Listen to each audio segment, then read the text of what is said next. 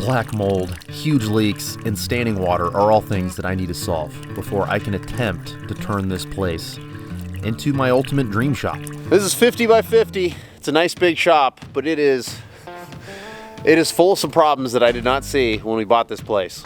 Check out all this water on the floor. OMG. I could see that it had been raining for a while here, so I knew about that. And I had seen that it had been raining here whenever we bought the place. But last night we came in, I brought my equipment. I brought my new to me tractor, which we will talk about here in a bit, and then the Mini X that I just got so we could develop this land a little bit. And I met a roofer. He came out and was to give us an estimate. I was thinking they were gonna repair the roof, and because of the style of roof that it is not repairable. This entire roof needs to be repaired, or replaced, I should say. And I have to have a roof before we can even, I can gut this place, which we have to now because there's definitely gonna be black mold behind all these panels. So we won't be moving in for a little bit. And we have a lot of work ahead of us on this fixer-upper house that we just bought, but holy cow, is it cool. We've been saving for many, many years to buy our own chunk of property out of the city. I want enough space that I can have a private rock garden where I can go and climb my own trails. As soon as I finish a build, I can go test out the suspension. I could do reviews on my own trails. I want my kids to grow up on a go-kart and instead of in front of a TV playing video games. And it's not that video games are bad or anything. It's just I want the video game time to be very small and the country kid lifestyle to be very big. We're going to have a garden here. I want to have a greenhouse. We're going to set this place up with solar and a wind turbine. I want kind of an off-the-grid compound where I can live the life that I have been wanting to live forever. And this is the first step. This rundown property in the middle of the mountains is the first step to us living out our American dream.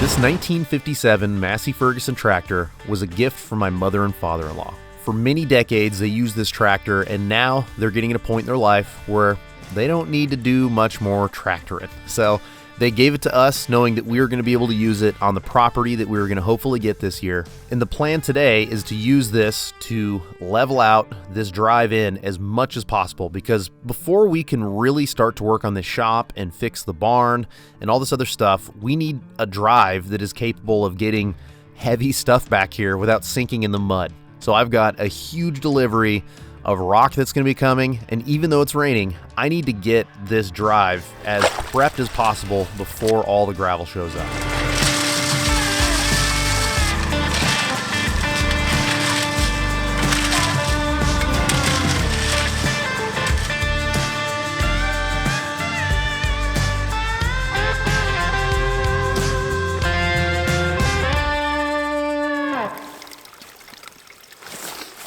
I found a drain. Let's go check out the barn. So this is my pond. The roof leaks so bad in here. We're getting bids. We're hoping we can afford to have somebody fix the roof in here. I mean, before I can continue my job, I have to fix the roof on the shop, but I want to use the crap out of this barn. I mean, and it's like stalls that are like vehicle sized.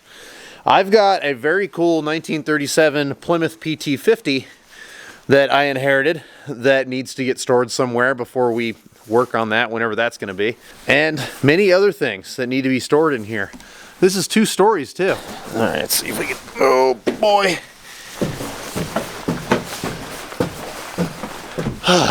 This is cool up here. I mean, I could use a forklift and bring pallets up here. I also, if we can get it to not leak, I wouldn't mind building some kind of an office. Have like a solar powered office or something. I have no idea. Right now, I just want to get the thing to not leak and then use this for storage. But long term, the sky's the limit. My drains are working up here. This is just to drain the upper part of the driveway. This is all gonna go to that big pipe that I found. So I need to expose a trench here. We're gonna fill it full of gravel, and that entire hillside and from here down is all gonna drain into that huge pipe. You can actively see running water through here. It's like a ditch, and then there's like some sort of culvert thing here that you can like walk on. And then boom, I mean, check this out. You can see the water running, and it's all coming off this hill. It's just boatloads of water dumping down, and I want this to all be drivable. I want gravel so that I can park stuff. I want to build a lean-to here, and this is going to give me the best flexibility to build the ultimate shop.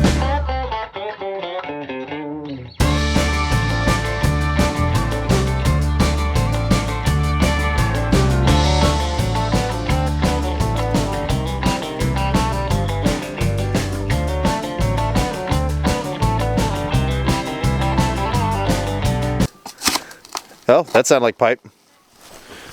I heard a ka-thunk. A buddy of mine brought his John Deere over to give me a hand, and holy cow, did the front loader on this thing open up like another level of efficiency. So we put the trenching bucket on my Mini X. I was able to dig ditches, and he was in charge of getting rid of the spoils, which is killer. So it's so much easier than what my original plan was. But after a few hours, I saw the first flaw in this Chinese mini excavator. My poor Chinese mini excavator. We have suffered our first casualty. A drippy fitting.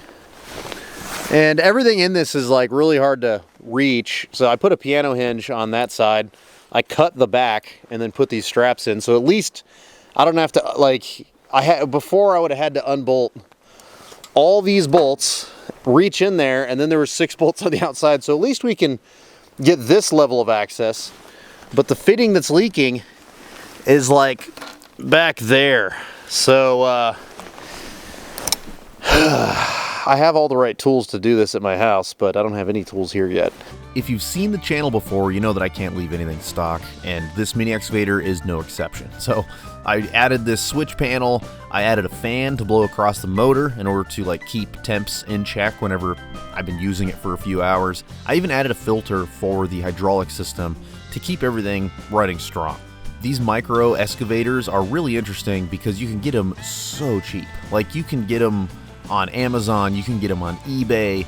I got mine on Marketplace. I've seen them brand new at auction for like $3,500, $4,500. This one has like an enclosed cab, which I found somewhat important because of where I live.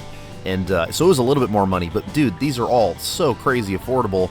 You just got to expect that you're going to be turning wrenches in order to, you know, keep this thing alive. And after digging all day and all night, I was very happy that instead of renting equipment, I just bought something inexpensive that I can use for these small jobs and make some huge progress on the shop. Dude, freaking snowed last night. So that happens when you buy a house. There's a lot of precipitation out here. It's in the mountains. But we got like all of our trenches dug last night. And they're working, but listen to that. That is not ideal. Honestly, this job should wait until the summertime, but I'm not confident I can get a roofing company to come out and put a roof on this thing until I have something for them to like put ladders on and whatnot. So we're gonna fight the good fight and just do our best. I mean, what else do you do? We're in the Pacific Northwest. I've got a long career of digging in the rain as a plumber. And unfortunately, this is just kind of par for the course of what we got to deal with up here. So, but everything's flowing, and it's flowing really well. So I'm hoping that today we can get pipe in the ground, we can get a bunch of rock down, and make it so that when tomorrow all of our gravel shows up, we're ready for them. And we can lay down some fabric, start laying down some black gravel, and it'll match the black gravel that I got up there. And then we can drive on this and have it not be just like an absolute soup. For those of you that might not know this, it is way cheaper to buy rock by the yard instead of buying it by the bag like you would at a hardware store or Home Depot or something like that. But in this instance, because we can't get anything heavy behind the shop or next to the shop without it just turning into a mud hole, I'm buying a pallet of way overpriced drain rock just for the ease of being able to transport it back here a bag at a time. But unfortunately, I wanted to bed these French drains with some fabric, and the fabric that I got is not draining. That water sure isn't going through this fabric worth of shit, though. So we end up pulling the fabric back out of the ditch, which is not the end of the world in this case, just because it is like a clay bottom. So hopefully we won't get too much dirt into the perforations of this corrugated drain pipe. But we'll see. We're doing our best here. It's a deeper ditch than it was, and it's going to be covered so that dogs and kids and stuff won't trip in it. And then once we cover it with a few inches of our gravel, I think that this should drain just fine and not be a muddy, soupy mess next year. But we'll see. We're doing what we can with what we have right now.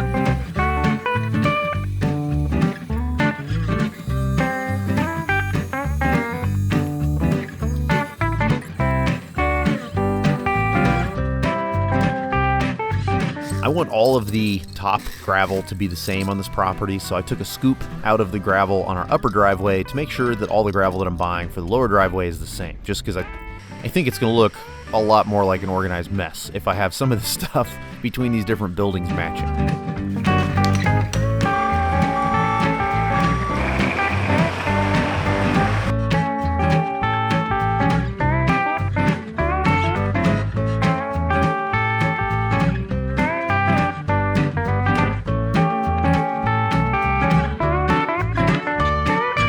I got great news today, and that is that we've got a roofing company that's going to come out in 2 days to come out and do the roof on the shop and the roof in the barn. It's extremely, extremely expensive, but this company has a great reputation, and they can do this right now. And that's good because I need to move my shop in here right now. But unfortunately, in the process of trying to build them a road, we had a little hiccup.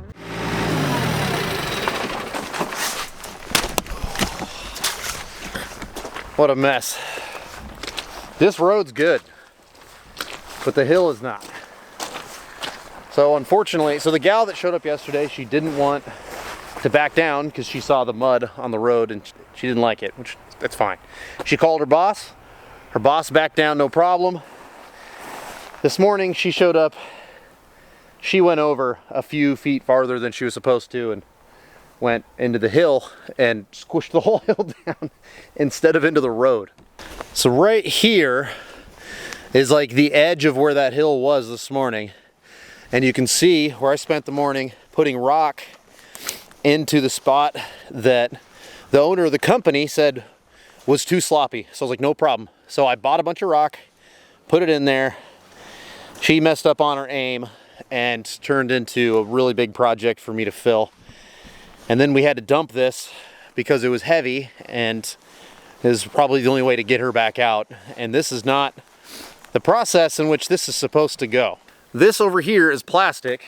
This over here is rock. We don't want to drive on the plastic. We want to drive on the rock, which is why yesterday I used my smallest, lightest machine to spread all this rock out, even though it was going to be the slowest machine to use, because the strategy was this morning I pull that big green tractor. My buddy let me borrow it.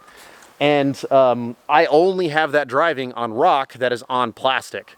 Well, because we had to dump a bunch of that earlier this morning, now I'm driving over the plastic, which is tearing up the plastic, and it's just not at all what we wanted to do. The whole point is, every time they bring a load of rock onto plastic that I just spread, I can take that big machine and I can scoop it and I can spread it really quickly and efficiently, but only driving on the rock so I don't tear up the plastic. It's a setback, but it's not the end of the world. I mean, what can you do? You gotta have a positive attitude. It's at least not raining on me. It's beautiful out right now. So I'm gonna have to work through lunch in order to make today work for me. But hopefully by the end of the day, we have like way more black gravel than grass or mud.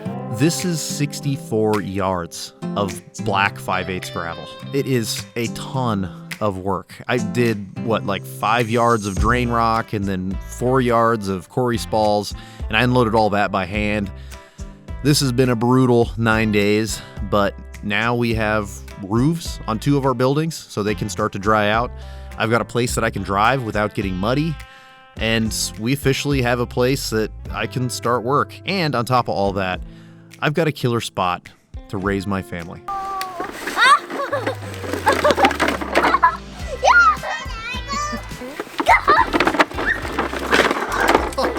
You okay? You did great! You did great! You want a hug? I don't want to That looks better. That should keep the pond from happening. Oh, it feels good to have roofs on things. And now I feel like I can actually get started going through this thing and it actually be like worth my time. This is supposed to be a 50 by 50 and it is a rectangle. So I don't know how big this shop is. I have a big tape measure. I just need to bring it down here and measure. If I was to guess, I think it might be 60 deep because this is definitely deeper than my last shop was. So I have huge plans in here. Right above us, I'm gonna put a giant loft, like a humongous loft. Because this is taller than my last shop, I wanna go vertical. I wanna try to get as much off the floor as I can and get as much storage as I can up above. So that'll be kind of fun to build out. I wanna do a concrete pad outside so we can mount an air compressor outside. I hate having air compressors in with you. And I've got a tire changer, tire balancer that I ordered off of Amazon. This is gonna be like, I wanna make this my dream shop. This shop has not been well taken care of for quite a few years, but it has good enough bones still that we can transform this thing. I wanna transform that barn. I wanna make some cool stuff. If you liked this content, let me know in the comments. It's a little bit different than what I normally do, but if you wanna see us slowly build out this property and watch me build out the rock gardens and stuff so I have places to play out here, let me know in the comments. Because if you want me to just go back to normal automotive stuff, I'll just share that and I'll just do all the rest of this off camera. So let me know. I hope you enjoyed this video. I hope to see you at the Matt's Off-Road Games next week. That's our next big stop. And then as soon as I get back, we're building this shop out and trying to turn it into my dream shop. Thank you so much for watching. We'll see you next time.